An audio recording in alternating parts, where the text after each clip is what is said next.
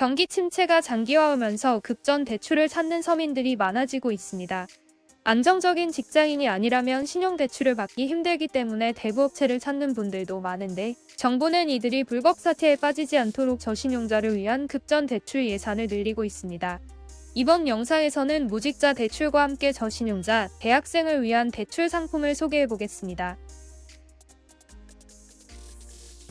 주택을 구입하는 경우가 아니면 실생활에서는 50만원, 100만원의 급전이 필요한 경우가 많습니다.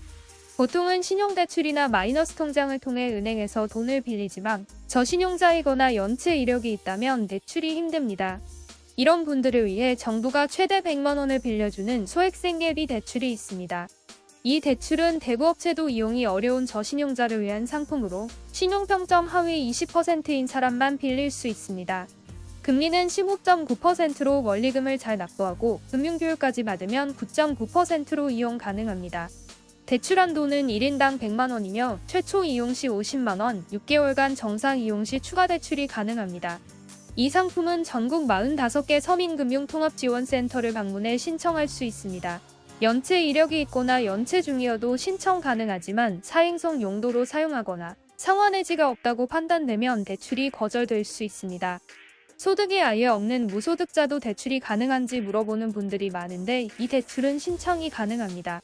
모든 사람에게 대출해주는 것은 아니고 무소득 기간이나 연체 이력 등을 종합적으로 판단해 결정합니다.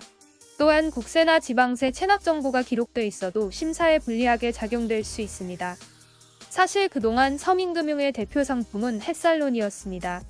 신용평점 하위 20% 이하를 대상으로 최대 2천만원까지 빌려주는 햇살론 15는 연이율 15.9%라는 고금리에도 불구하고 작년에만 1조 4천억 원의 대출이 실행됐습니다.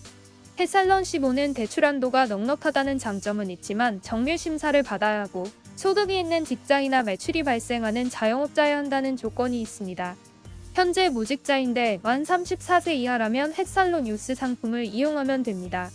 대학생이나 미취업 청년 1년 미만의 사회초년생이라면 이 상품으로 1200만원까지 빌릴 수 있습니다.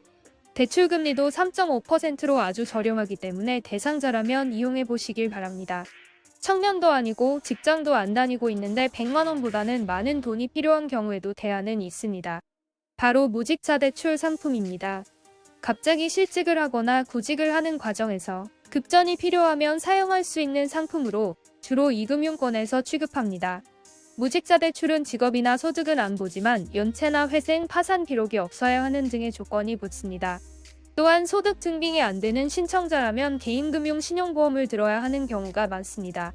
개인금융 신용보험은 SGI 서울보증에서 발급하는데 차주가 대출을 실행한 뒤 돈을 상환하지 못하면 은행은 이 기관을 통해 손해를 보전받습니다. 모든 금융사가 보증보험을 요구하는 것은 아니라 바로 대출이 실행될 수도 있습니다. 여러 은행 중에서 무직자 대출을 실행하는지 알아볼 수 있는 방법도 소개시켜드리겠습니다. 우선 네이버 검색창에 뱅크샐러드를 검색합니다. 사이트에 들어가 신용대출 칸에서 무직자 대출을 누르면 대출 금리와 한도가 나오게 됩니다. 이 정보를 바탕으로 각 은행에 대출을 신청해서 심사를 받으면 무직자도 대출을 받을 수 있는 겁니다. 개인 상황에 따라 대출은 거절될 수도 있습니다. 주택담보대출이나 신용대출만 받아본 분들은 연 10%가 넘는 대출을 어떻게 받냐고 생각할 수도 있습니다. 정부에서 제공하는 긴급대출이 연 15.9%인데 살인적인 금리라고 비판도 많았습니다. 하지만 현실엔 15% 급전 대출을 받아 생활비로 충당하는 사람이 많습니다. 서민금융진흥원에 따르면 소액생계비 대출 출시한 달간 대출 신청자가 23,532명이고 이들의 대출 총액은 143억 원에 달했습니다. 급전 50만원, 100만원이 부족한 사람들이 이렇게나 많은 것이죠. 정부에서는 당초 1,000억 원 한도로 생계비 대출을 공급하려고 했는데 현재 속도라면 9에서 10월 중 재원을 다 소진할 것으로 예상돼 640억 원을 추가 투입하기로 했습니다. 또한 최대 100만원인 대출 한도를 200만원으로 상향하는 내용도 논의하고 있습니다.